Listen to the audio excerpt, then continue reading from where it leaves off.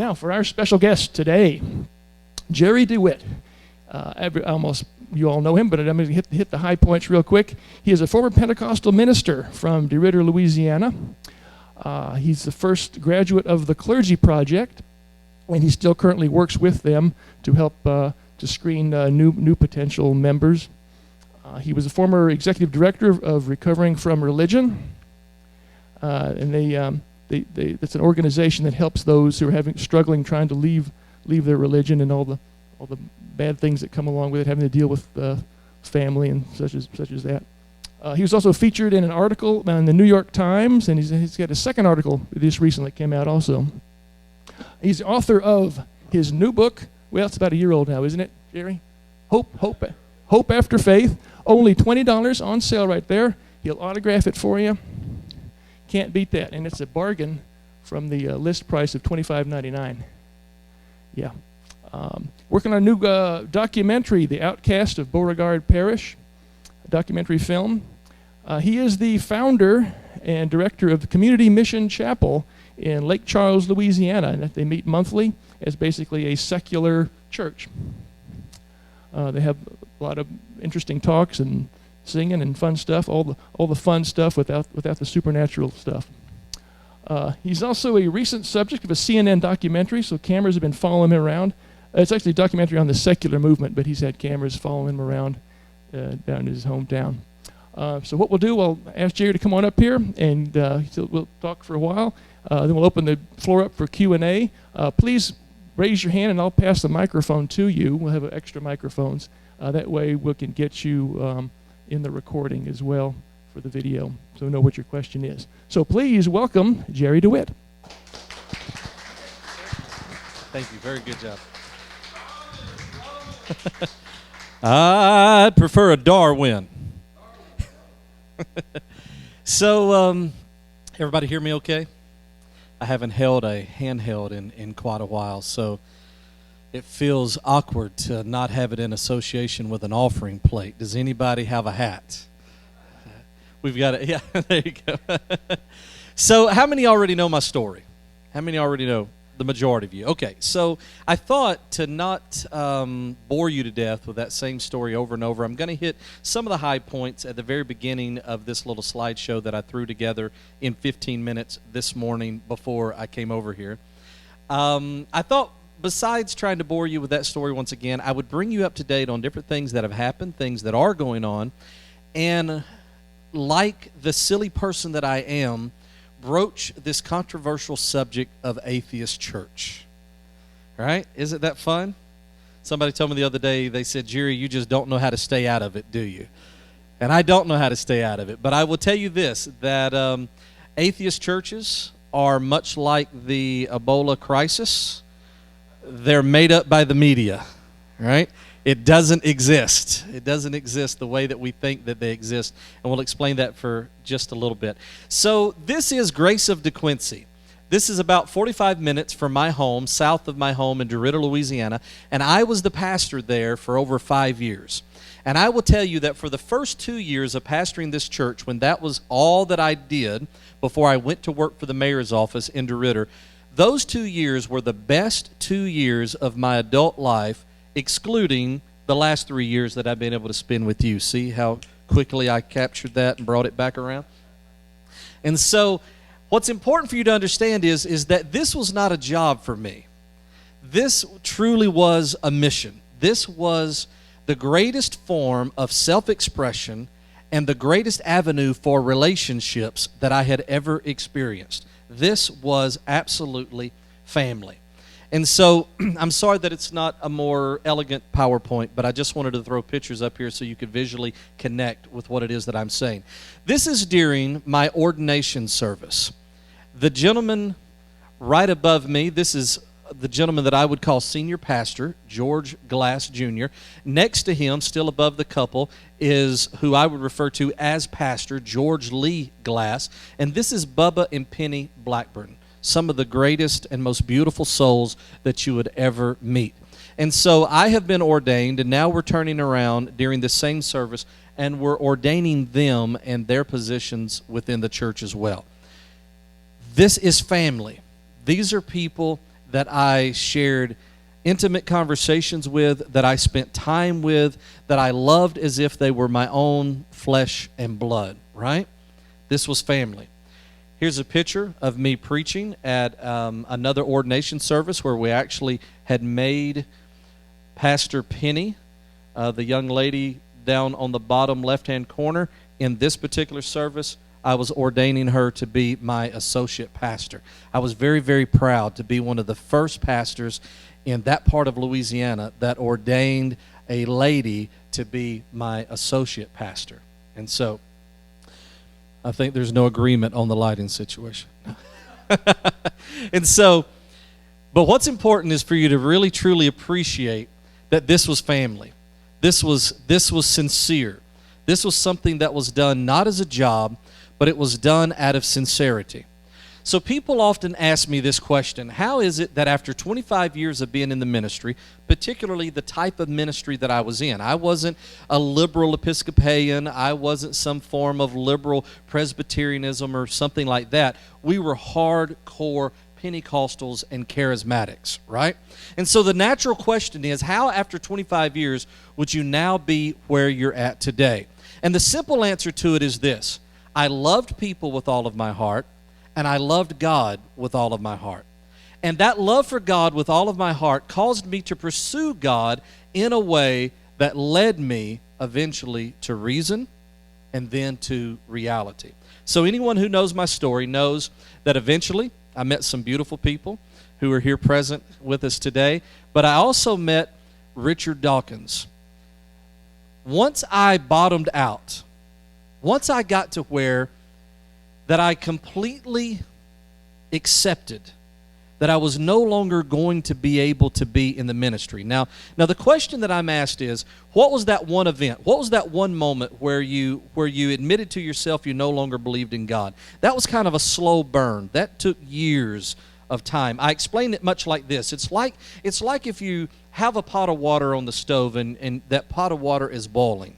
At the beginning of my Christian experience at age 17, it was boiling and was overflowing, right? Absolutely overflowing onto the top.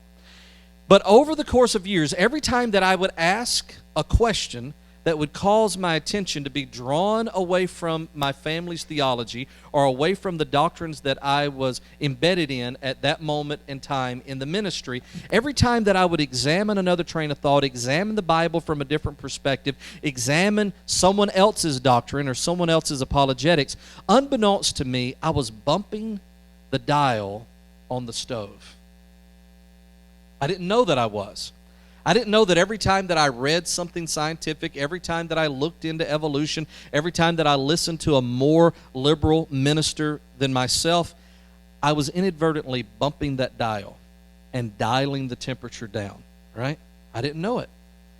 My life was so encapsulated in being an evangelist and then later on being a pastor and being as radical and as sincere as I could. I was so into my religion that I no longer was paying attention to the temperature of the pot and the water that was boiling, right? I took it for granted. So I didn't know that I was dialing the dial down over the course of 25 years. Eventually, when I was forced to step back and examine the temperature of my religion, I was as surprised as anyone to realize that it had made its way down to room temperature. Does that make sense? So there's no one particular moment where I had this aha moment and finally realized that I didn't believe in God and that was the turning point. It wasn't when I got bad news from the doctor. It wasn't whenever I prayed for something and didn't get it like most people suppose, right? It wasn't some bad thing that happened to me. No one backed over my dog. It wasn't anything like that that caused me to say, there is no God, right? The crucial moment for me was when I realized I could not stay in the ministry. Because even though I was coming slowly to the conclusion that I was an atheist, I felt like that was just my burden to bear, my cross to bear, if you can pardon the terminology, right? I felt like I'd asked too many questions, I'd read too many books, I'd listened to too many other voices, and now I knew too much. And that was just the duplicity from that experience was just my burden to bear now. Now I would have to go back into those congregations, find the right language in order to walk the fence, find the right way to try to communicate what new truth I thought I possessed in a way that didn't destroy the structure, didn't destroy the family, didn't destroy the relationships. I felt like that duplicity was now just mine to bear. And so for months, I attempted to find a way to stay in the ministry because that was the most important thing in my life. Sometimes almost equal to family. Right? And so, I went to Dallas. I actually lied about why I was going to Dallas. I had left the pulpit. I was preaching only when obligations presented themselves, and I was slowly taking less and less opportunities to preach in these places because I was finding it more and more challenging to find something to say that didn't violate my conscience even more than just being there would violate my conscience, right? I thought I was clever enough. I honestly thought that I was clever enough that I could find a way. I had not labeled myself as an atheist yet, but I thought if anybody on this planet is slick enough, right, clever enough to stay in the pulpit as an atheist, then it would be me. And so I kept attempting to find different ways to preach, love your neighbor as yourself, right? New and unique ways to preach it, but the roadblock that I kept encountering was that even though I would get up and say nothing that I did not believe and only say parts of things that I did believe because of the surroundings that I was in, everyone rightfully and naturally assumed that I believed things that I didn't. And my very presence was a confirmation to them. And so finally, late one night, when I realized that I could no longer be in the ministry, that was the turning point. That was the moment when everything in my life changed. Not when I realized I didn't believe in God, but when I realized I could no longer be in the ministry. Now my life was over. I had no idea that any of you existed. I had no idea that there were organizations like this. I had no idea that at the same time that I was sitting completely alone in the guest bathroom downstairs, crying my eyes out at 3 o'clock in the morning because all I could see was abyss. I had no idea that some of you were still trying to make your way home after staying out of the bar with 50 other like souls, right? I had no idea. I had no idea that family still existed. I had no idea that relationships still existed. And I definitely had no idea that opportunities for quote-unquote ministry still existed.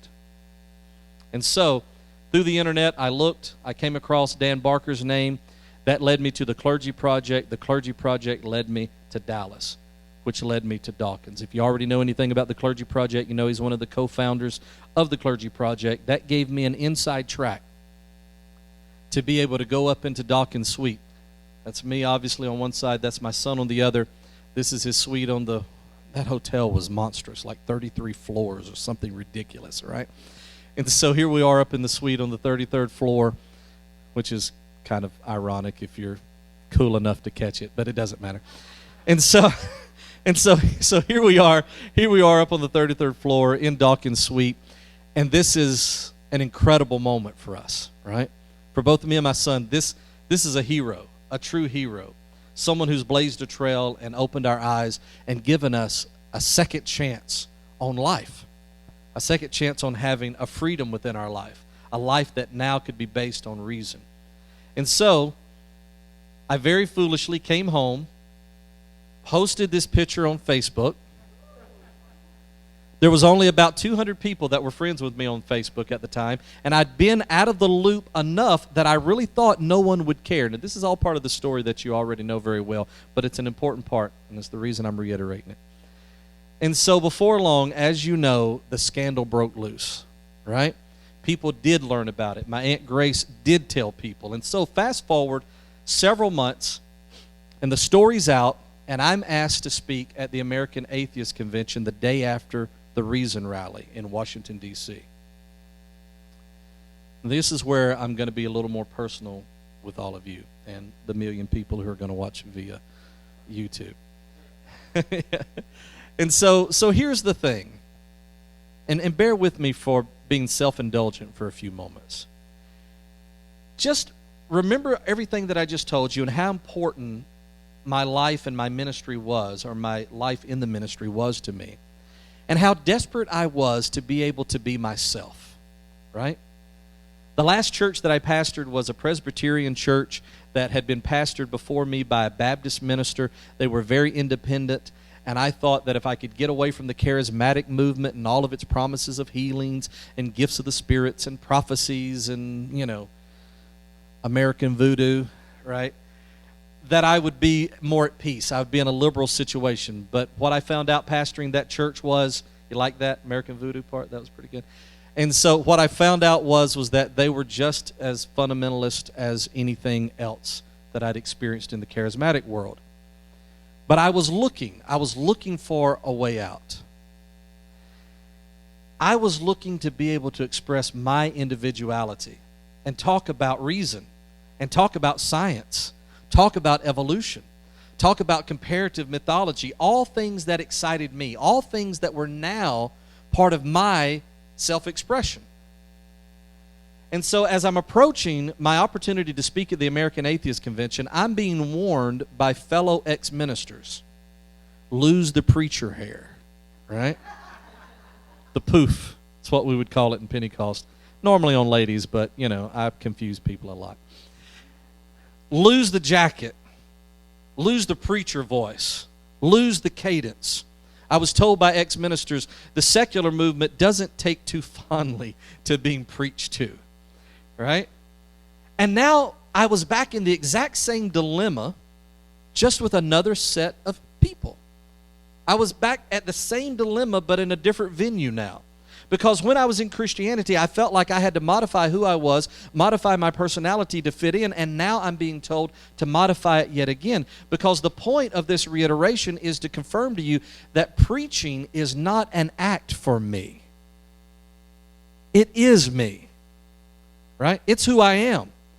Not only because that's what I did for 25 years, right? Much like a person who's had a career in the military, right? And they still make everybody get up at 4 and snap to attention at breakfast. They're not putting on an act. That's who they are, right?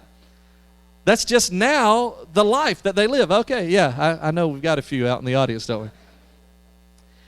And so all of a sudden, when I'm being advised, lose that, I felt like I was back in the same situation I had been within Christianity, to modify and to pretend to be someone that I wasn't. And so I took the chance of my life.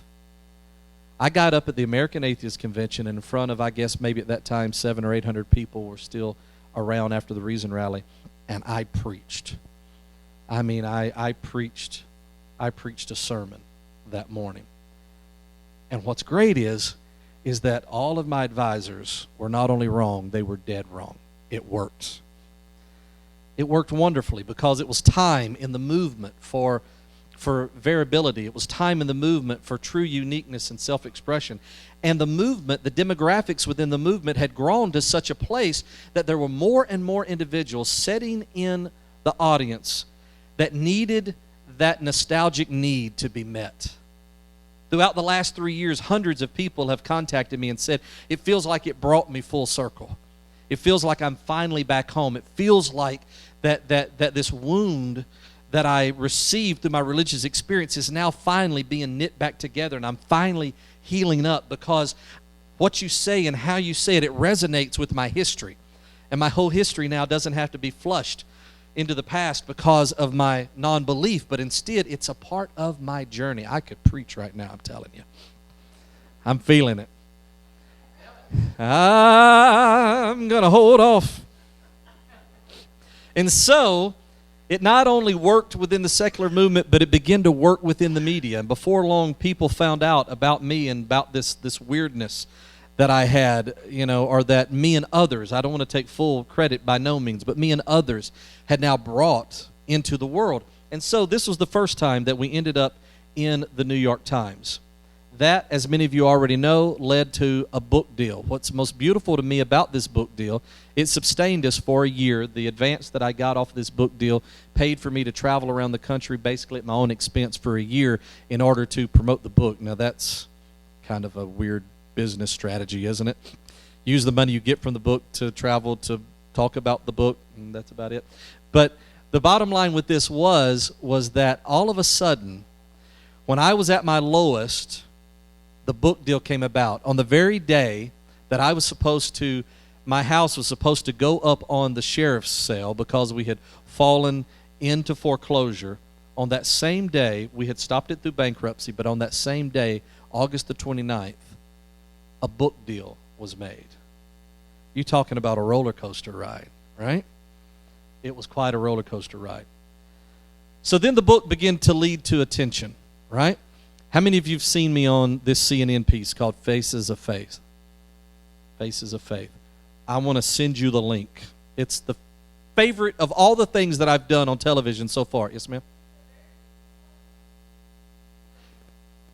No, it's not the most recent thing that's been done, but it's the one that probably gets most attention and looks like it's recent. But it's definitely not recent. But it comes around a whole lot, Faces of Faith. The reason I'm so proud of this is because I was able to express this smiling, loving expression of non-belief somewhat under attack by the news anchors. The other reason that I'm so excited about this is because I'm sitting in this little trailer, just makeshift trailer. I don't know if you've had any of these kind of experiences, but everything about this environment of being filmed is totally fake, and the only thing that is dressed up or made to look nice, it's what's directly behind you, right? And so I'm sitting in this straight back chair in this little bitty trailer with a couple of little things placed behind me to make it look like I'm in a hospitable environment, right? Though I'm not. It's 7 o'clock in the morning. There's no monitor, so I have an earpiece in my ear listening to people talk to me from Atlanta. I'm in Houston, Texas, doing this particular bit. I can't see them. They can see me, so I'm frozen, smiling the entire time, waiting for my turn, because I don't know when they're going to do that little, and next we'll have, Jerry DeWitt, an atheist who, once was a preacher, and I'd be over there picking my nose or something, so I'm just smiling the whole time. And so, because you don't know, there's no monitor, and so all of a sudden, when I hear the intro music, and I know it's about to be my part, from out of nowhere, Spanish radio begins to play over my earpiece in direct volume competition with the news anchors. And so the entire time I'm concentrating on the questions. I'm concentrating on the fact that I'm sitting in this little rinky-dink trailer and can't see what I look like, and I'm listening to Spanish radio all at the same time. But what it did, so I'm very proud of it, as you can tell. And so what it did, though, it brought to our attention that this book and this story was going to shine a spotlight on not just me, but on Louisiana and the secular movement within Louisiana. And so we decided to take advantage of the upcoming attention, media attention. We decided that we would take this idea of an atheist preacher, right? Not a preacher preaching atheism, but a preacher who happens to be an atheist, and there is a difference. That we would take this persona, we would take this opportunity, and we would have a full-blown service. Old school, Pentecostal-esque, Louisianian secular service right in the state capital of Baton Rouge. And we did it at this marvelous hotel, and a benefactor out of Austin paid the $6,000+ that it took to rent the ballroom and to host this 1 2-hour service. $6,000, right? But yes, sir. His name? You can ask afterwards, absolutely. I'll be glad to put you in contact with somebody who can make you a good loan. And so we have this service, and it's fantastic. And we fill the ballroom up, and sure enough, it gets the attention that we were looking for, and we end up in the New York Times for the second time. Because there's something at this time in history very, very unique and obviously very important about looking religious, somewhat acting religious, but not being religious. It draws a fair amount of attention. And so, as we were gearing up to have that one service in Baton Rouge, some of my friends out of Lake Charles. Now, if you don't know anything about Louisiana, then you probably know New Orleans down on the bottom. You keep moving west on I-10, and you're going to come across Baton Rouge, right? That's where we had that one service. You go a little further, you hit the big city of Lafayette, where now they're making all kind of movies, right, or being filmed in Lafayette. One more over is Lake Charles. If you go past it, you're into Texas at Beaumont. But up from Lake Charles, 1 hour is the city of DeWitt, where I'm from. In Lake Charles, there's this wonderful free thought group, the Free Thinkers of Lake Charles. Think about how deep in the South that is, right? 20 minutes from Texas, an hour and a half from the Gulf. And they have hundreds, online, they have hundreds of members belonging to this free thought group in Lake Charles, Louisiana. And so some of them said, why are we doing this service just once in Baton Rouge? Why don't we do this more regularly in Lake Charles? And from that was born Community Mission Chapel. This is a picture from our last service where we had 75 people attend for a secular service. What this has done, this idea of being able to use the best of religion without treading into the worst of religion, it's got the world's attention. To the point that that's me and Mike Ouse. Mike Ouse is the director of Houston Oasis, another secular congregation, for lack of better words. We were featured in Time magazine in August of this year. Now let me tell you something surreal. A couple of months ago, I went into the dentist office, had a chipped tooth, wanted to make sure that all my teeth weren't about to chip and come out, you know how it is as you get older. I'm sitting in the dentist chair. An old high school sweetheart is working on doing x-rays and so forth, and I notice at the end of my feet on the wall there's a magazine rack. This is in DeWitt, Louisiana. 10,000 people, right? It's a large parish, but only 40,000 residents in the entire parish. Directly in front of me is a magazine rack with that magazine hanging in it. Isn't that a pretty awesome moment? Very, very surreal. And so, the question is, what in the world do you do at a secular service?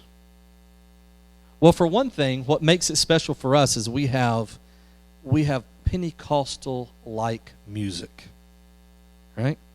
In our last service, we sang everything from I Can See Clearly Now, right? Changing praying for to waiting for, right? Except for one time, the music director slipped up, all right? It still said praying for. Just made the service that much better, all right? A good laugh. We sing Billy Joel's My Life. That's what I asked to be sung right before I came up to deliver the message. So we have music. We have fellowship. We have ministry. All of those connections still exist. All of the dynamics that I was enjoying as a minister within Christianity really had very little to do with the mythology. It had to do with culture. It had to do with the byproduct of cultural evolution. It had to do with relationship. It had to do with caring for one another. So not only do we attempt to duplicate the church service, but more importantly, we duplicate the services of the church by creating a care network to where when somebody goes to the hospital, we know about it and we're able to be there for them. When someone has troubles, we're able to be there for them. It's not something that happens by happenstance, because I know that happens in every type of group, but it's something that's institutionalized. And so, we've taken it a step further now. Dogma Debate with David Smalley. Anybody familiar with Dogma Debate? David Smalley? You need to check it out. Now they're coming to our services, they're recording our services, and they're broadcasting them out for the world to hear. Soon to be on iHeartRadio, already out on Spreaker. We put the last service up just a couple of days ago. It's already been listened to almost 500 times the last time that I heard it, or last time that I went to the link, right? And in our next service, we'll be streaming it live. Not just duplicating the church service, but the services of the church. So it's no wonder that CNN has come back around, and they filmed the entire service. They followed my son and I as we started off our day, made our way an hour down to Lake Charles, set things up, worked with everyone else, and had this wonderful service. Why? Because community is absolutely important. So this is what I'd ask you to do. A good preacher couldn't get up without asking for money, right? Anybody ever heard of Patreon? Go to, if you get the chance and you feel like it, go to patreon.com/Jerry DeWitt. People have asked me for the last 3 years, what can we do to help? What can we do to support you? What can we do to help you do what you're doing, not just in Southwest Louisiana, but now we're being asked to duplicate this type of service all over the country. Well, this is what you can do. You can go there, you can volunteer to donate something as little but yet as meaningful as $1 every month, $12 a year. And that will add up over time, and this will free me up and empower me to be able to go and do what it is that we're doing. That's it. That's my part. Thank you very much.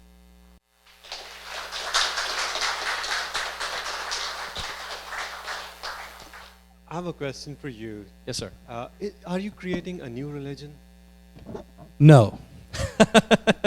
To me, it appears that what you're doing Yeah. is actually creating a new religion. Right.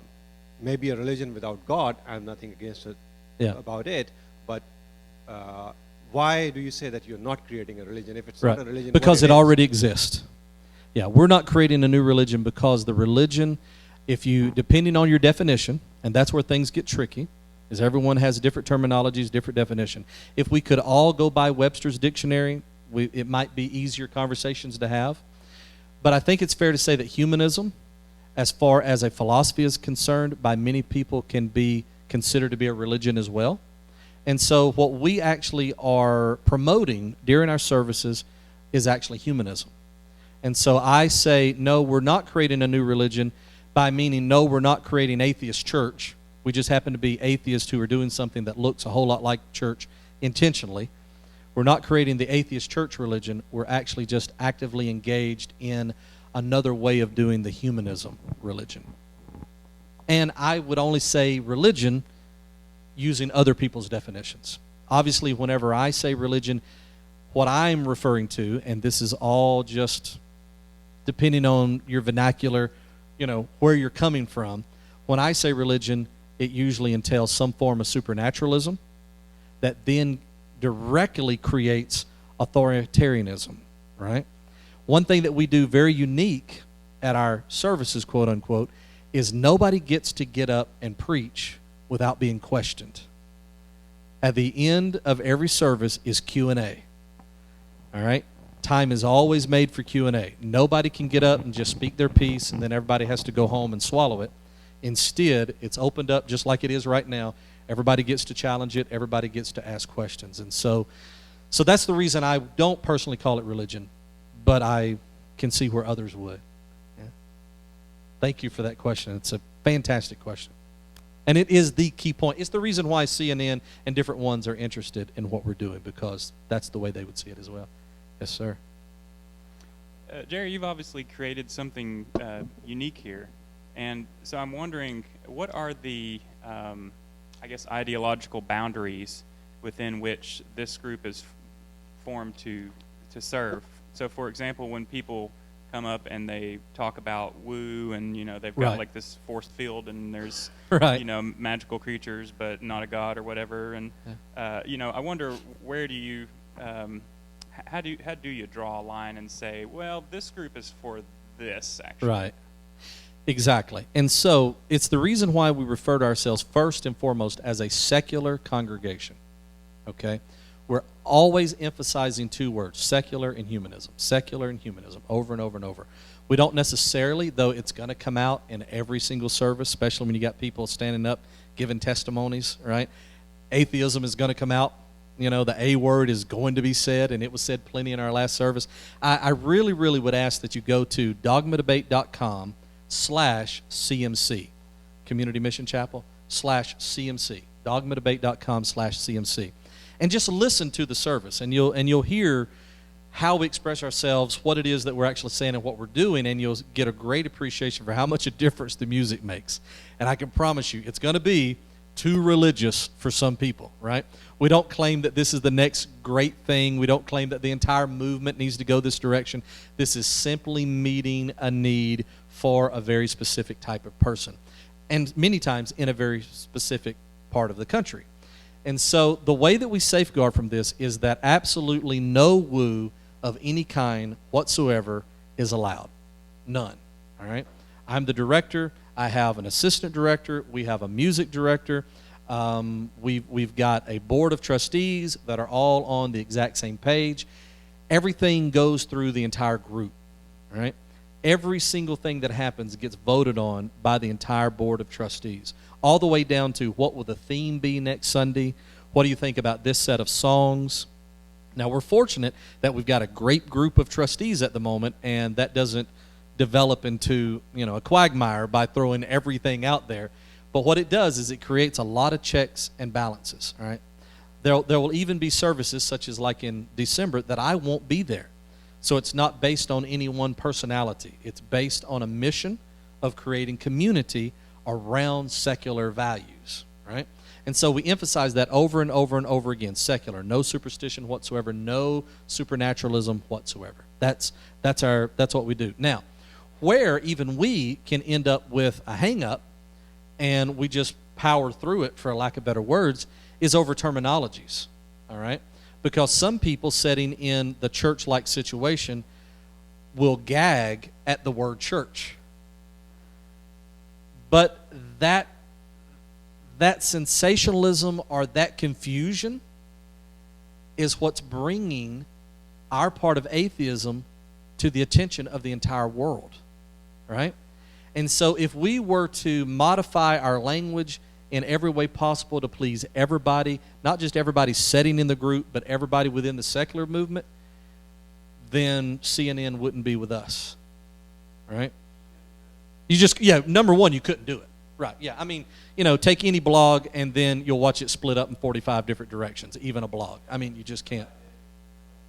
Right. So does that halfway answer that? I'm a preacher. My answers are 10 times longer than your questions. Yes, sir. Oh, you got the mic. I'm sorry, you got the mic. Go ahead, Scott. Hi. It's kind of interesting that there hasn't been more active opposition from the religious community, but it sounds like there's been a degree of passive-aggressive opposition, possibly through securing a permanent venue. Right, I was wondering if you could talk about that. And then I had a second question, and that was about the status of the documentary Outcast of Beauregard County. Excellent. Thank you. That's two great questions.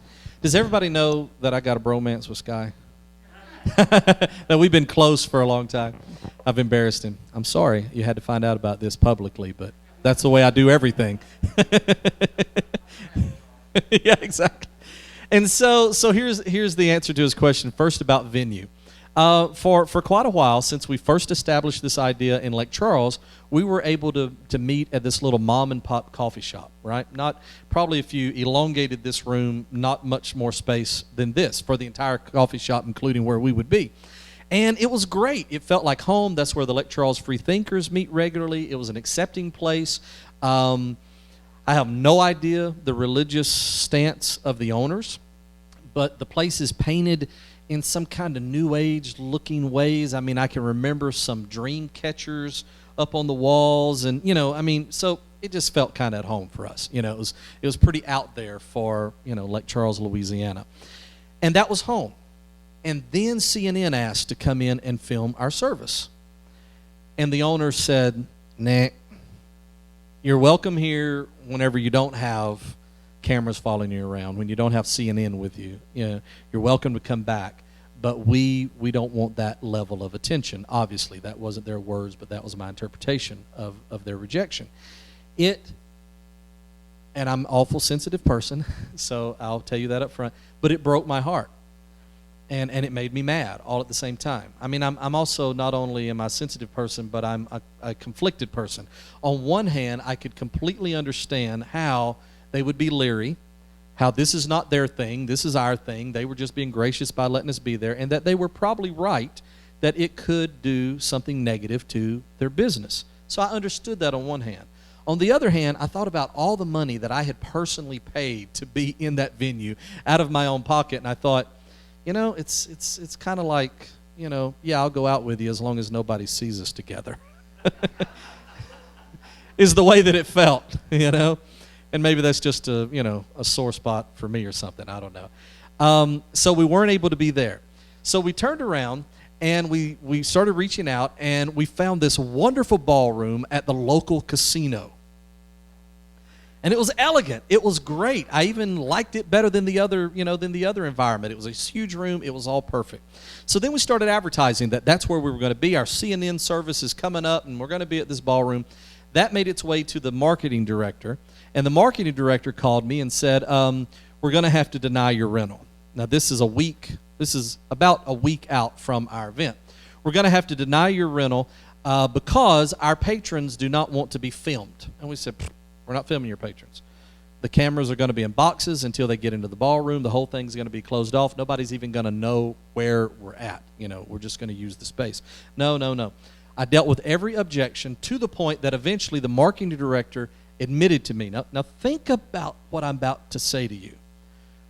I'm in the mall in another state, sitting in the food court, freaking totally out because we're 2 weeks away from our event. And finally, the marketing director says to me, the bottom line is, we don't want our brand to be associated with your issues. And I thought, you're a freaking casino. You're talking about feeling low. When you're rejected by the casino. And I'm like, are you serious? Yeah, exactly. That's right. And so she says to me, as you're aware, not everyone in our community is enlightened. And there's a stigma. And so we don't basically want to make matters worse. And so I basically said, well, until we, quote unquote, make matters worse, then people in this area are not going to become enlightened. So anyway, I wasn't happy. So we scrambled around, and my associate director, my assistant director, Jake, he graduated from Sulphur High School. His daughter still attends Sulphur High School. He knows the principal, knows people on the school board, knows everybody. He says, it's not the problem. Let me contact him. We'll have it at the Sulphur High School auditorium.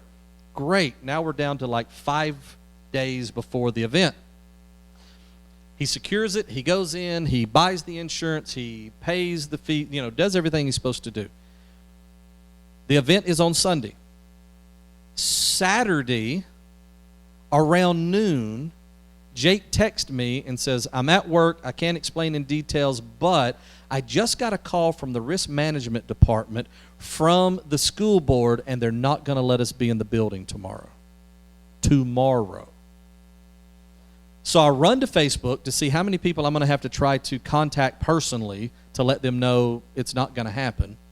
And the first thing I notice is that there's already believers out on Facebook bragging about having contacted the school board and shut us down. All right. It was really nice, wasn't it? And it got us a lot of attention. So, before it was over with, I guess I appreciated it to some degree. And so we had to cancel that event. And so finally we found another event, and we're going to have to even, another venue. We're going to have to even move on from that venue because now we need some other things. We need the type of internet that we can have to live stream this. And so now we're moving to another venue, all in a positive way. But the bottom line is there was this polite hostility going on in the background. But now we've had our event, and a local television station has come and filmed our event and put us on the news now 2 or 3 times. People have seen us, they've heard our message, and outside of two pretty severe threats going to one particular family, outside of that, we feel as if we're actually beginning to meet our ultimate objective, which is normalizing the secular and humanistic philosophy within Southwest Louisiana. Because there were no protesters, there was no rotten eggs, there was no kickback, there was almost no activity on social media about it. If there had not been this one new threat given to this one particular family, then we would have felt like that we had arrived. So that was a very long answer to that question. So the second was the documentary. The documentary is still in production because the story is still developing. They want to come back and they want to film a little bit more.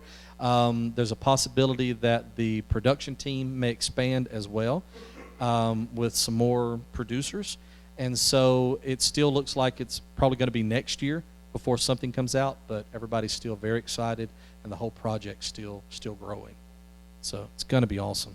I wish I could share with you the second trailer, but that trailer's been pretty well reserved just for different grant funds and so forth that they've been reaching out to, but it is slick. It's so good. And they've totally captured the community as well. So it's a lot of fun.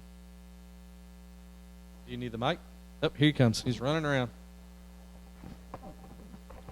So how did you commandeer the governor's mansion? Oh, so that's a misnomer. It is the governor's mansion, but it is not the governor's mansion in Baton Rouge, where the Capitol is at. It is what's called the governor's mansion in Lake Charles, Louisiana, and it was a home, one of probably several homes of Governor Sam Houston. So that's the reason it's called the governor's mansion, but it's not officially the governor's mansion in Baton Rouge. Bobby Jindal was not there. I think I forgot to send him the invitation. He would have, sure. Yes, sir. Yes. Do you have any sense, is religious fundamentalism growing in this country, or is it waning? Oh, that's a great question, and I'm probably not qualified to give you some, an answer based on any statistical data. I'm concerned. This is me now going to be a little negative. I'll try to be positive again in a minute. I'm concerned that I don't know if it's growing or not, but definitely the debate seems to be getting more and more heated and more unreasonable. It seems like the fundamentalist side is getting harder and harder to talk to or deal with, like they're circling their wagons, which could say that they themselves feel as if their numbers are decreasing. I've never been a person who is greatly excited about the numbers that are thrown out about the new nons, all right, how many nons there are. And the reason I haven't been as excited as some people about that is because I think the way the questions on those surveys are worded, the people who say they don't belong to any religion, that does not mean that they're one of us in belief system. Because for decades now, particularly the charismatic movement, which is very, very dominant to the point that it created dominionism that has affected right-wing politics, i.e. Rick Perry, right, in Texas. That movement and that theology has been telling people for decades that religion is the problem, that religion is bad. And so whenever they see a questionnaire and it says, what religion do you belong to, they could be as fundamentalist as anyone that you know and still check that they don't belong to a religion. And so I think that can be a little bit misleading. So I don't know. What I do know is that the secular movement most definitely is getting its act together. It's taken a lot of time, but it's definitely getting its act together. And that gives me hope.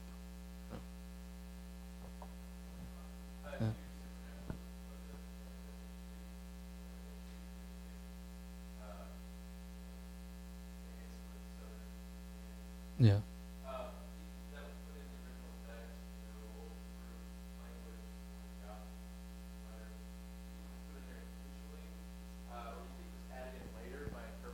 The supernaturalism. They want it for the recording. I'm sorry. Yeah. So supernaturalism, do you think it was put in the original text for a purpose, for its readers? Do you think it was brought about by interpreters and preachers later on?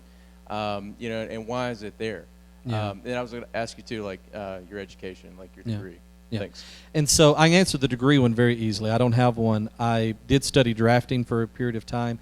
The form of Pentecostalism that I was involved in absolutely would forbid you to attend any type of seminary, to obtain any type of higher education, in particular anything theological, because in their experience, and this was a very, very small cultish environment, but in their experience, everyone who went to seminary or studied theology always came back more liberal than they left. Exactly. And so I was already preaching, and I was an evangelist at age 17, and haven't stopped since. But as far as supernaturalism, I think supernaturalism is very much a part of the original stories. I think it's there. I don't think it was added later on. It could be that in the Gospels, some of the stories were supercharged to make points, to make religious / political points much later on, after the time that the events were supposed to have occurred, because there's a lot of competition. Especially during the New Testament era, there was a lot of competition in religion, a lot of gods out there doing all kind of awesome things. And so I would not be surprised at all that the New Testament was inflated for that purpose. But as far as the Old Testament, not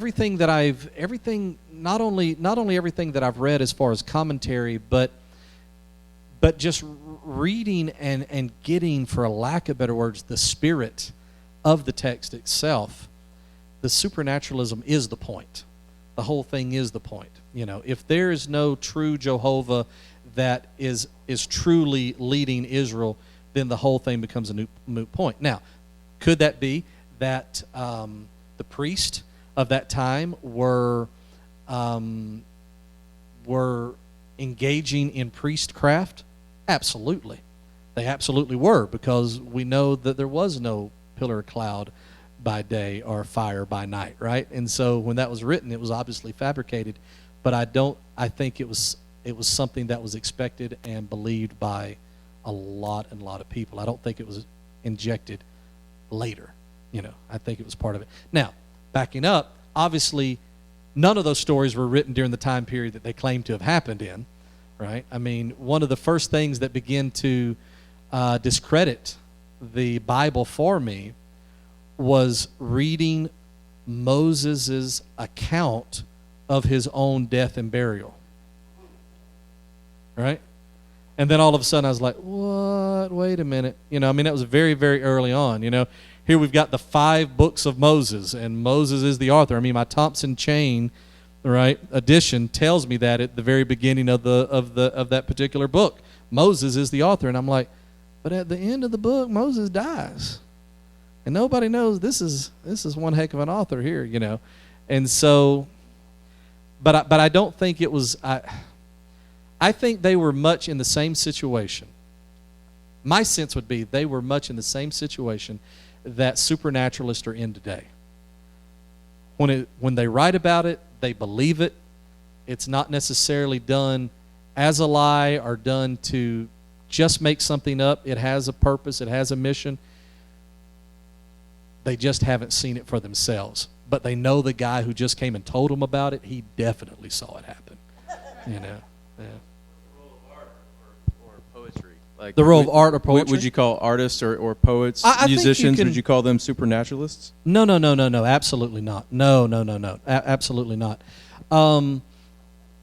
Depending on what they believe and what their subject matter would be, obviously you've got parts of the Psalms that are just pure poetry. Obviously you have the songs, the Song of Solomon, that's pure poetry.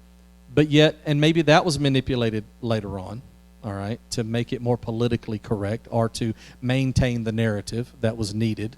But at the same time, and I think this is one reason that we're branching out into the direction that we're branching. We have members within our secular congregation that they need to be, in order to do certain things, for lack of a better word, they need to be ordained, all right, in order to go do the things that they need to go do. Now, we wholeheartedly support groups like Freedom from Religion, all right? Dan Barker and Annie Laurie Gaylor, I consider them to be friends and mentors of mine. So we completely support what they're doing, the change that they're trying to make to the system in the long run. In the meantime, we have needs that we need to meet within the system. And so that gives us a little something to do. So we're obviously playing with the language. When we go to file, we're going to be filed most likely as a church or as some type of religious organization and use that language. Exactly. And so that's an example of how you can use language for certain purposes when you may not, be using it the same way somebody else would use. So a poet, an artist of some kind, obviously they can have self-expression and not be a supernaturalist, but use language that a supernaturalist would use. Absolutely. And my hope would be that one day we're able to do that without it causing confusion or without us being bothered by it.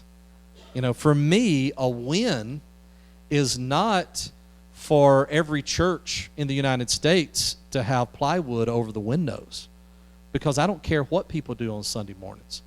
I don't even really care how they give their money unless it's in a political effort to limit the civil rights of someone else, right? What I care about is what they do in the voting booth and how they treat their children. If they walk into that church and they are, for lack of better words again, all inspired by the cathedral, if they're all inspired by the history of the music, if the art form of being at church is something that makes their life more beautiful, and they're able to do that without being a fundamentalist and claiming to know someone that they don't know and thus get instructions that they obviously didn't get, then I wouldn't have a problem with that, and I would see that as a win. If all of Christianity became cultural Christianity, just like we have secular Judaism, I would see that as a win for America, because we would have a cleaner separation of church and state then. Because you wouldn't have this mandate from on high to make America Jesus land. So I would support artists. Hey, Jerry. As a recovered Catholic, yes, I find your description of your services, secular or not, give me sure, the heebie-jeebies. Absolutely.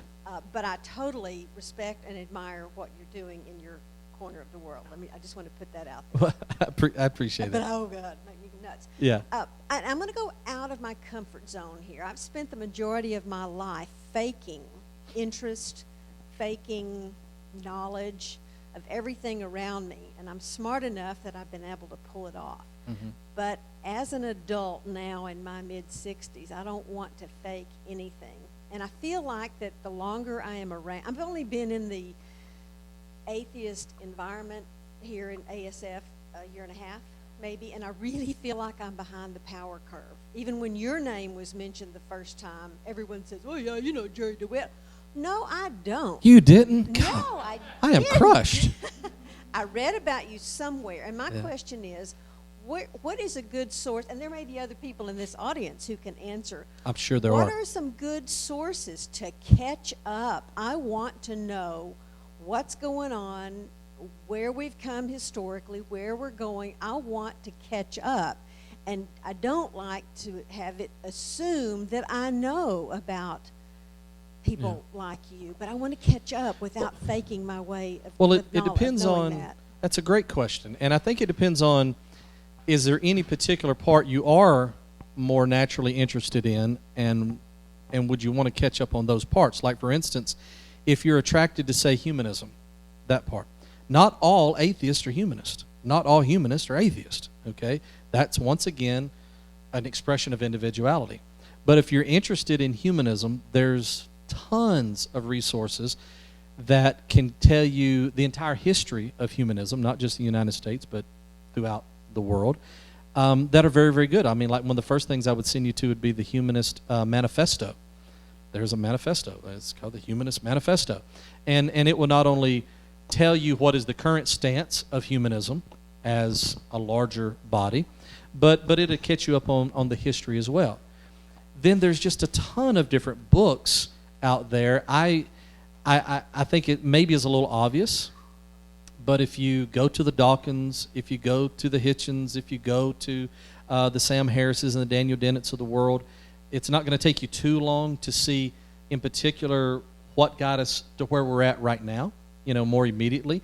A whole lot of that really caught fire after 9/11.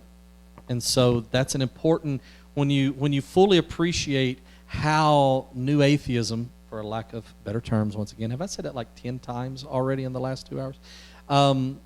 When you're focusing on new atheism, starting off at 9/11 is a big part of it, because almost all of the leaders in the new atheist movement, they talk about 9/11 and how that changed things. But then I would simply go to Wikipedia, once again, say secular or say humanism, and you're going to see a list of names, like, for instance, Robert Ingersoll.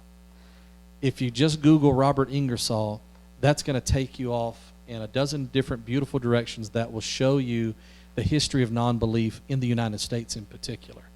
So we can continue to talk about these ideas if we all go out and eat afterwards, but it just depends on what part of it you're most interested in. If you're really, really interested in atheism, anybody have Roku? Anybody watch television via Roku? Roku, sorry. I always say it wrong. Roku, yeah. Roku? Roku. It's only 4 letters, and I still don't get it right. But they have the American Atheist channel. Have y'all seen that? You've got the American Atheist channel. And the reason I bring it up is because if you go to it, you're going to see Madeleine O'Hare, all right, has videos on there where she is on the Johnny Carson show back in the 70s talking about the same things that if we were on, Jimmy Fallon, we would be talking about today. All right, some of the exact same things. And so that just gives you another name that you can Google and you can begin to catch up on the history of it that way, if that's the part you're most interested in. Did you watch the latest Cosmos? I think that's another great source, because in such a beautiful way, they told you those key names, not just in science, but in also in free thought. And so that's important as well. They did. It was so beautiful. Yeah. Yes. Thank you for being with us. And I wanted to ask you if you minister to people who are afraid to come out. Yes. All the time. So very quickly, let me tell you, this Patreon thing, I'm always embarrassed to talk about money. I really am. I was horrible at it. I was so bad at it that at the little church that I showed at the beginning of the PowerPoint, the deacons got together and voted to rearrange the church service so that one of them wouldn't look presumptuous when they asked to take up the offering, because I forgot it service after service after service. And maybe if I was over the checkbook and had to pay the light bill, I wouldn't have forgot it, but I kept forgetting it. The reason I'm doing what I'm doing is because I've got a day job, and it has me travel a lot, and it takes up a whole lot of my time, and it's very difficult for me to do what it is I really need to be doing. And every bit of donation that I get, that's a little less time I can spend on my day job. One of the things that I need more time to do is to spend more quality time with these new nuns who are not quite out yet. And they're terrified, and we talk about it continuously. On Facebook, I don't think I'd be exaggerating to say I've got at least 100 open Facebook message threads that I'm going in and out of all of these different conversations, trying to keep up with everyone and trying to help them. And I think one of the reasons that they like talking to me about it is because I don't pressure them to go in any specific direction. I just don't. Time after time, when I've been at an event that's been at a college campus, and the kids, they'll come up and they'll take the microphone and they'll say, my mom and dad pay for my school. When they find out I'm an atheist, it's going to be over. And I very quickly got a good reputation for saying, then don't tell them. Don't come out. If your conscience will allow you to bear it for another 4 years, then bear it, because your education will be with you for the rest of your life, just like your atheism. So don't screw up your education over it, And so sometimes we give controversial answers. Sometimes we, also with the Clergy Project, I communicate with a lot of different ministers that are still in hiding. I'm still screening for the Clergy Project. And I'll tell them things that probably maybe even some people in the room wouldn't think very highly of me for saying. But having been a minister, especially a local pastor, where I know even if you're being paid $100,000 a year, which I was never anything close to that, but even if you're a local minister and your heart's in the right place, you're not getting paid enough, because you're on call 24 hours a day, 7 days a week. You're getting up from the dinner table to go be on the phone with somebody for 3 hours.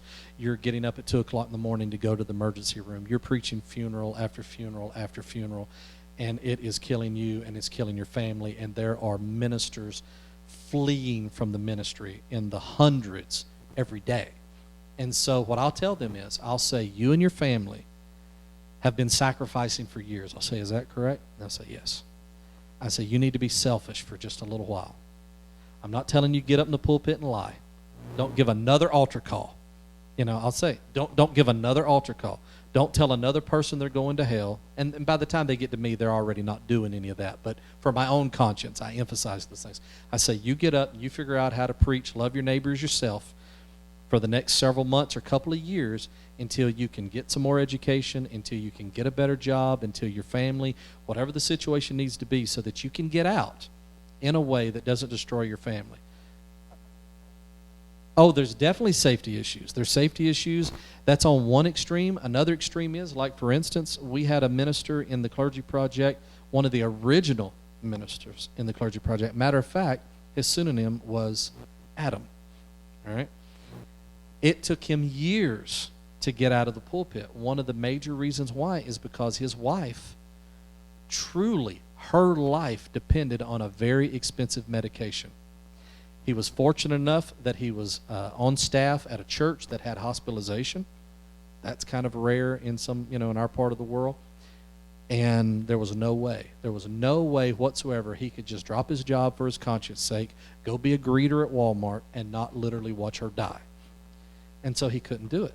But he kept working, and eventually he got a job within a different, completely unreligious, non-religious institution that had insurance, and made his way out.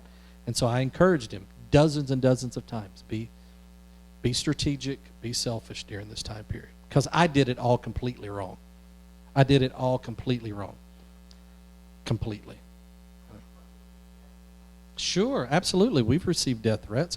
The family that I alluded to during my presentation, they received horrible threats. The threats were basically this: you're not doing your children right, and we're going to fix that. Was what they basically said. Yeah. Yes, ma'am. So you have. Let me know when we're done. I go on forever. It's okay. You have 100 open Facebook messages that you're going back and forth to. Yes. That's a lot of work. Are you recruiting like a ministry team to help? Do you have other Yes. people local to you that are helping you with all I this? do have people local to me that are most definitely helping with Community Mission Chapel. Okay, definitely could not do all of that on my own. We have a music director, Carly Harrington. She's awesome. She's taking care of my assistant, takes care of a lot of stuff. As of yet, this personal touch part, I really haven't expanded that very much. Because that's a harder thing to duplicate. I'm a little egotistical in that part, that I want to make sure that person hears what I think they should hear. And that's difficult to just be with someone and train someone. Part of one of our goals, and it's one of our larger goals with the Patreon, once we would get to where I'm completely free from my day job, and that's a big goal, then once we reach the next goal, then I would hire an assistant. That would be my one-on-one, that I would try to duplicate my approach, my ideas in, so that they could help with a fair amount of that burden. But obviously, at the same time, I've got all of that going on while still sending people to Recovering from Religion, while still sending people to the Secular Therapist Project, while still sending people for legal advice to Freedom from Religion. We're continuously sending people to other places, and you still have that volume of work going on. That's why I'm so old and out of shape now, because I haven't slept and ate nothing but fast food on the road for the last 3 years. Yeah. Any other questions? You need to? Oh, okay. Yeah, Karen was asking about sources to find out about people like you, DeWitt, and other people. I'd recommend checking out Freedom from Religion Foundation. And they have a podcast called Free Thought Radio. Yes. There are lots of podcasts where you can learn about leaders. That's right. In the atheist movement. Also sign up for their newsletter. Right. It comes out real regular. Monthly newsletter. Their monthly newsletter, and they also have an email that comes out real regular, and that will have the free thinker of the day or the free thinker of the week or something like that, and you'll catch up a lot of history that way as well. Freedom from Religion. And you can access these with iTunes, or Right. they have podcasts. They have one called Free Thought Radio. Right. FFRF.org for Very good. internet. Thank you. And then there's like the Thinking Atheist, it would be another one with Right. Seth Right. Andrews. Right. I've occasionally listened to the Atheist Experience out of Austin. Absolutely. That's That'll another catch you up. source. That, to me, is the quickest way. Atheist Experience, which is a public broadcasting show coming out of Austin, Texas. That's probably the quickest way to catch yourself up on the arguments. Now that's available. You can YouTube it, or yeah. you can go to iTunes as a podcast. It's available there for download. You can go to past shows. If you need a little comedy, check out The Scathing Atheist. Right. Yeah, it is a pretty hilarious show. And I've actually been on Dogma Debate a couple of different times. I'm a big supporter of Dogma Debate. As you saw, they're helping out with our services. And so that's another place to get caught up on the arguments. And David Smalley truly runs it just like a powerhouse of an FM radio show. It's fabulous. If you haven't been listening to Dogma Debate, you need to get caught up. There's a great song out there with my voice in it called Don't Touch My Hair, Woman.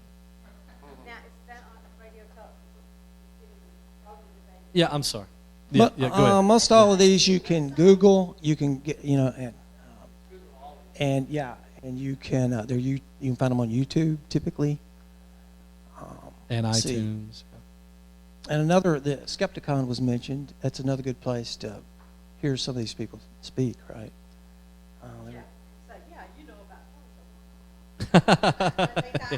Yeah. Yeah. You can catch up quick. Wikipedia is a shortcut to all of it. And for those who might not know, the Arkansas Society of Freethinkers has a YouTube channel, and so we have past lectures there. And you can get to that through Meetup site, or you can type in Arkansas Society of Freethinkers in Google, and it'll be one of the links to our YouTube channel. There's a bunch of videos up there, past lectures. Yeah. What would you recommend? You know us pretty well, the Freethinkers here in Little Rock. What would you recommend we do to get things going better than what we are right now? Controversy. Honestly, we can do that. I mean, honestly, that's what I've seen almost everywhere is exactly some hell raising. Yeah, I think it needs to be organic. I mean, I'm not saying a publicity stunt. I definitely don't think that's the way to go because it's shallow, But not be afraid. Y'all have already engaged. I mean, think about the growth that y'all did have. What was the campaign that y'all got involved in? Was it the buses? Yeah. Yeah, and it seems like the business model within the secular movement is making sure you're always involved in another bus ad-like situation. Got Christmas coming up. Yeah, that's good. Also, it took a lawsuit to get to be able to put up our winter solstice display at the Capitol. So we got some publicity out of that at the time. We also had some controversy over Charlie Brown. Did you? So here's what I see. Here's the thing. I get some fallout from folks that probably my personality is a little more similar to sometimes the live and let live folks. And they're like, well, just the fact that you're going to Little Rock to speak, that you're not living to let live. You're making a thing and you're pushing an issue, and obviously we know that's not true. What we also know about ourselves is that the secular movement exists as a reaction primarily to America's political climate. If the right-wing religious groups had not hijacked the political landscape, then a whole lot of what we do wouldn't even exist, because a whole lot of what we care about is directly related to what they've been doing for the last couple of decades. And so what that tells me is that participation within many secular groups is directly proportional to outrage. How upset is the person? Now, you'll have a percentage of people that they attend for no other reason than they just want to be a part. They miss church or they miss some other type of social structure, and they like to come in and just be a part and feel like they identify with other people. But there's another fair percentage of people that their very participation is their activism as a pushback to what's going on. And I think that's one of the reasons why the scandalous issues, will grow a group and bring more attention to the group, because outside of that, a fair number of us are just kind of like, hey, y'all go do your thing at church this Sunday. I'm going to celebrate by sleeping in, When does pushback turn to blowback that becomes unproductive? I don't know. I don't know. I think, I haven't pushed quite that hard yet. I guess it depends on what your goal is. If your goal is to avoid For instance, I'll give you a very good for instance. We obviously were getting a lot of fallout from wanting to be in the high school auditorium, and they shut us down. The school board, when they realized what they had done, because they'd caught us on a technicality, the paperwork was not submitted according to the fine print on the paperwork, right? Even though everybody accepted it and said, yeah, you're good to go. They opened the building up and let me tour with a custodian so I could see what equipment was available and everything. It was only whenever they got caught on the carpet by the political heavies within the community that they suddenly went back to the fine print and said, no, that was the reason risk management wasn't going to let us be there. It was because we'd missed it by a couple of days. Anyway, the school board started to say, well, we're just not going to let anybody use the auditorium. Thank you all very much for being here. Thank you for your patience. They started to say, we're just not going to let anybody use the auditorium just to keep us from being able to use it. And we said, that's a very bad idea. You know, if you want problems, you're about to really get some serious problems. As soon as that comes out from the school board during a public meeting, it's going to be on. You know, it's going to be on. It was going to be bad for the school board, all right, if they did that. So they backed off and they said, okay, we'll let you be there the next time you want to be there. We could have pushed and been there for our very next service when CNN was there. And it could have been a big, huge victory lap. But it would have been a big stink. And for our mission, for that particular group, which is to normalize the secular philosophy within Southwest Louisiana, we felt like if we would have pushed that one more step, then the blowback would have been counterproductive. Because instead of being seen as just humanists who truly do love each other and love their neighbor as themselves, we would have been seen as, you know, anarchists who were truly trying to just have a media stunt. And so we didn't. And it was hard. It was hard to not go that next step. And we had some people who really wanted to go that next step. But that was how we judged the difference for that particular situation. But it depends on what your goals are. So your church that you've created is delivering services to people. It's giving benefit to people who have no other outlet for those benefits. Right. And then it's also a free thought organization. And then you've also kind of talked about how you have to spend a lot of time personally ministering to people, like going and helping them with their problems, and you've got, you know, all these open lines of communication going at any given time, and it's a very time-consuming thing. So putting all that together in my mind, a question that I have that I think a lot of free thought organizations wonder how they're going to solve this problem is, how do you have a value delivery model that really requires at least one person to basically be a full-time employee of the organization, right, without having that one person I guess dominate the discussion or become or for it to become somewhat about them. Mm-hmm. This obviously is not a problem for religion. Right. It works very well free in thought religion. Group, it might be, yeah. So I was going to. You talked about having a board and having involvement of, you know, a decent handful of people as one way to mitigate that. And I was wondering if you had any more ideas on, you know, how organizations like yours could become something more than, you know, make sure that they didn't go down that slippery slope of being about the one person who's doing all the work. Yeah. There's a couple of things there. One thing is we are obviously leery of that. You know, that's not our intention. We don't want it to happen. At the same time, we can't let that concern grow into a fear that it paralyzes us and it keeps us from taking chances, taking risk, and doing good. And so you're always going to have to try to find the balance, and you're always going to receive criticism, even whenever, you know, sometimes when it is deserved, but sometimes when it's not deserved. Like, for instance, this beautiful couple, has nothing to do with CMC whatsoever. They started this Facebook page the other day called the DeWittnesses. And I know that they mean it as fun, you know, and I know it's a joke to them. You know, they're just obviously playing off of my name. And it's cute, you know, and there's like 18 people belong to this little group, you know, And so I'll post a little funny something in there every once in a while, but they're mostly posting and really just updating whatever they see on my other sites. They kind of bring over there and duplicate, and it's all meant for fun. I've already had people say, "What the hell? You know, look at what you're doing. Look at where you're going." Let me tell you, I am so not concerned with that by now, because I've already been through those ringers.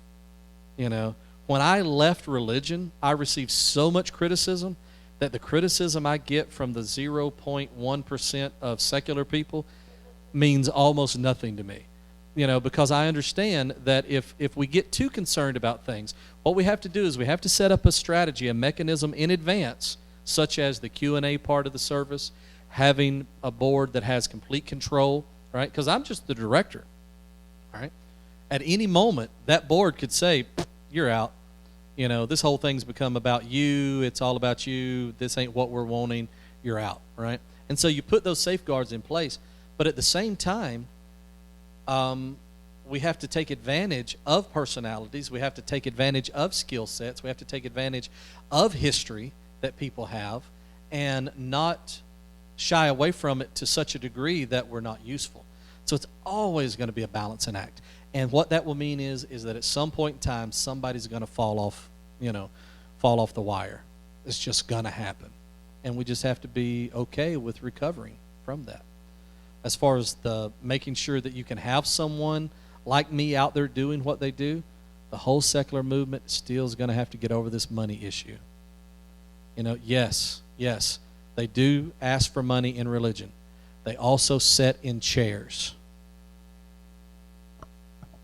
You know, I mean, we just have to get over it, because we're never, ever, ever, ever, ever going to be as productive as we could be if we don't start on the individual level. We've got some fantastic donors. And quite honestly, the majority of the secular movement, it seems to me, is financed by, you know, these really, really large donors. They take care of a lot of big things. But it's when the local person, the individual person, starts on a regular basis putting $10, $100 a month into what it is that you're trying to accomplish. That's a big thing. Tithing. So far, I think everybody in the secular movement's asking for a whole lot less than a tenth, you know. So. Any more questions? You got one more back there? Thank y'all for putting up with me for so long. I enjoy visiting with y'all. Are you trying to save people? Am I trying to save people? Absolutely not. No, I'm really not. And sometimes I feel guilty, because I feel like, well, yeah, I feel like that that people expect me to be doing that, and they obviously, from the outside, if they don't know me well enough, they think that's what I'm doing. You know, like for instance, when CNN was here last time, they followed me to the Beauregard Parish Fair. If you want to know the definition of uncomfortable, go walk around the fairgrounds with a film crew following you around. Very, very, very awkward and uncomfortable. They were trying to catch the environment, and I know what they were trying to do. They were trying to catch on film me getting punched in the face. You know, I mean, that's what every film crew who's followed me so far is hoping would happen, and it just doesn't happen because it'd make for great TV. But here was the deal. I was called out by a group while I was at the fair. All right, you've got a camera. I'm walking forward. The cameraman's walking backwards.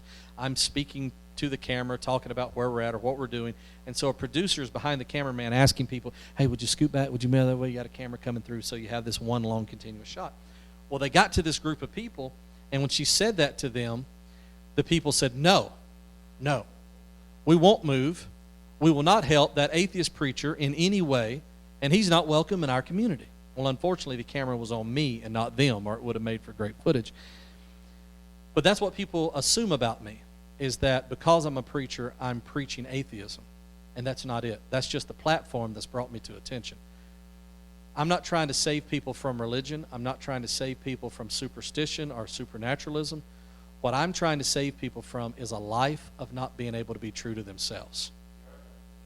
Trying to save them from a life of not being true to themselves.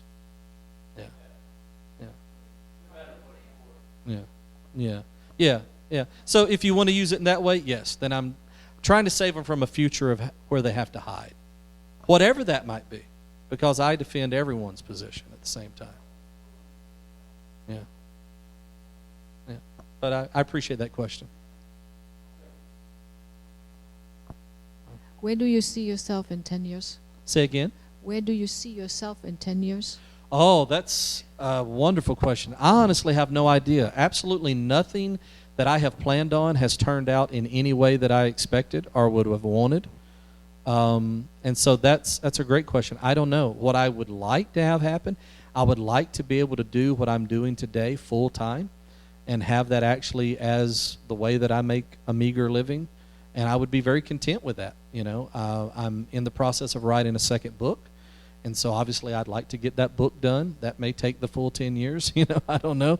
But I don't see myself as leading some big organization or doing some, you know, I don't see myself as doing anything more than what I'm doing right now. I really don't. We're getting requests all over the country for other type of CMC groups. It's a little trickier. We're not able to just franchise ourselves out the way that Sunday Assembly is able to do. They've got a great model for that, and we support them for doing what they do. Our philosophy is a little more homegrown, a little more organic, and so I can't say that I see myself, you know, being the atheist bishop of, you know, 50 CMCs across the country, because that's just not who we are or what we're looking at doing. So I don't know. It'd kind of be nice to just live happily ever after. Well, I was wondering, that last question of, are you trying to save people? I think, would that not be better phrased, are you trying to proselytize people and bring them into atheism? Right. No, absolutely not. And that's what I was trying to answer, but I think my answer reflected the question. So I think you got to the head of it a little better. No, absolutely not trying to make people atheist. And that's what I feel like sometimes I might get in trouble over in the secular world. It's because they expect for that to be my motivation, and it's not.